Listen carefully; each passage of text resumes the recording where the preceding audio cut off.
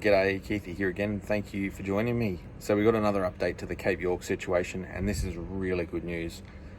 So good to hear this one.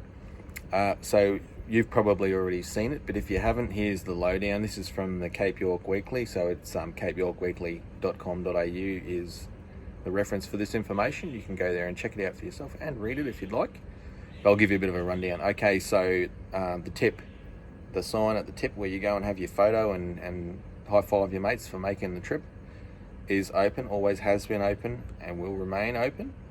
There's some discussions that are about to happen up there regarding the need for facilities and whatnot, and I read with interest that they say they're going to add another $10 to the Jardine ferry cost in order to provide some kind of funding towards that.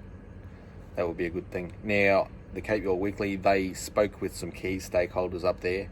Rod from the Punson Bay camping ground, and Patsy Lennox as well from Loyalty Beach. Now, I've got my little notepad here, so excuse me for looking down. I'm just trying to keep this factual for you. Rod actually said at the Punson Bay they've lost about 50 bookings because of this Cairns Post article about the closure. And it's funny, the Cairns Post were the only people to actually do it.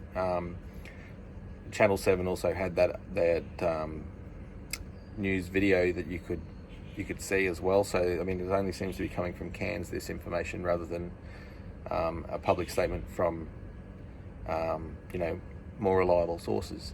But anyway, it's really sad news that Punson Bay have lost 50 bookings because of the interview with Michael Solomon, who represents the traditional owners for the area, saying that they were going to close the access to the tip of Cape York. As I said in my last video, now's the time to be going up there.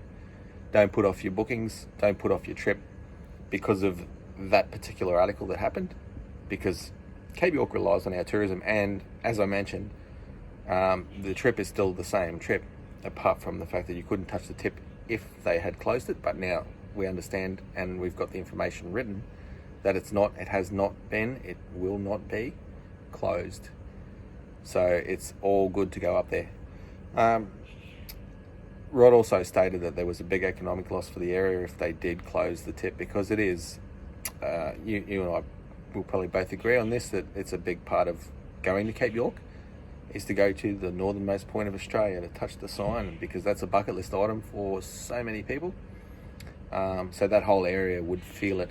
And Patsy also said something to the same effect. She said, initially she said that they need to get their member to get something in writing so that the area can't be closed without notice, because, as mentioned, tourism is a big thing for Cape York, whether they like it or not.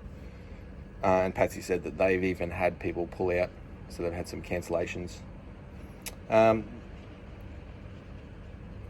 Several of the traditional owners also apparently said, according to the Cape York Weekly article, that Michael Solomon, when he went on and did this, he had the interviews on TV and with the Cairns Post and whatnot, that he did not represent their views either. That's not the way that they felt. But I think the common thing that we can take from this is everyone that was interviewed for the Cape York Weekly agreed that, yeah, facilities up at the tip would be good, would be very good, because it cleans the joint up a little bit.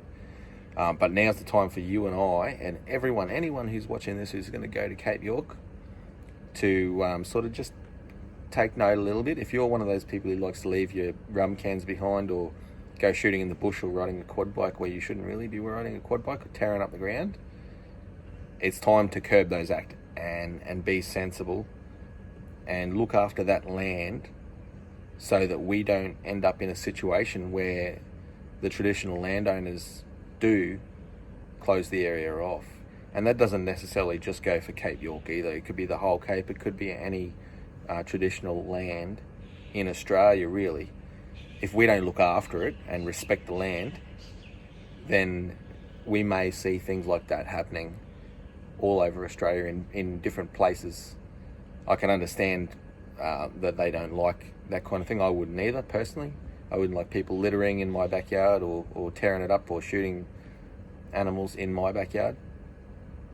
So that's something to think about there. So as I was going to end it off with this too, guys. If you cancelled your booking I'd be making that booking again, because your spot will be taken real quick.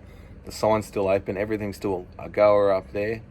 Go up, support the Cape. They had a hard year last year with COVID and whatnot, so now's the time to get up. It's going to be a busy year, but it's still going to be the best trip of your life. So don't forget to go up there. Give them guys a couple of your bucks. Go and buy some bread from the bakery up in Bamaga, and maybe grab a box from the pub as well. Enjoy your trip, guys. Stay safe, and I'll keep you updated if I hear anything else. And thanks to those of you who have messaged me today. I've been really busy today, but yeah, now able to get this video out and get this information out there for you if you hadn't seen it already. Take it easy, guys.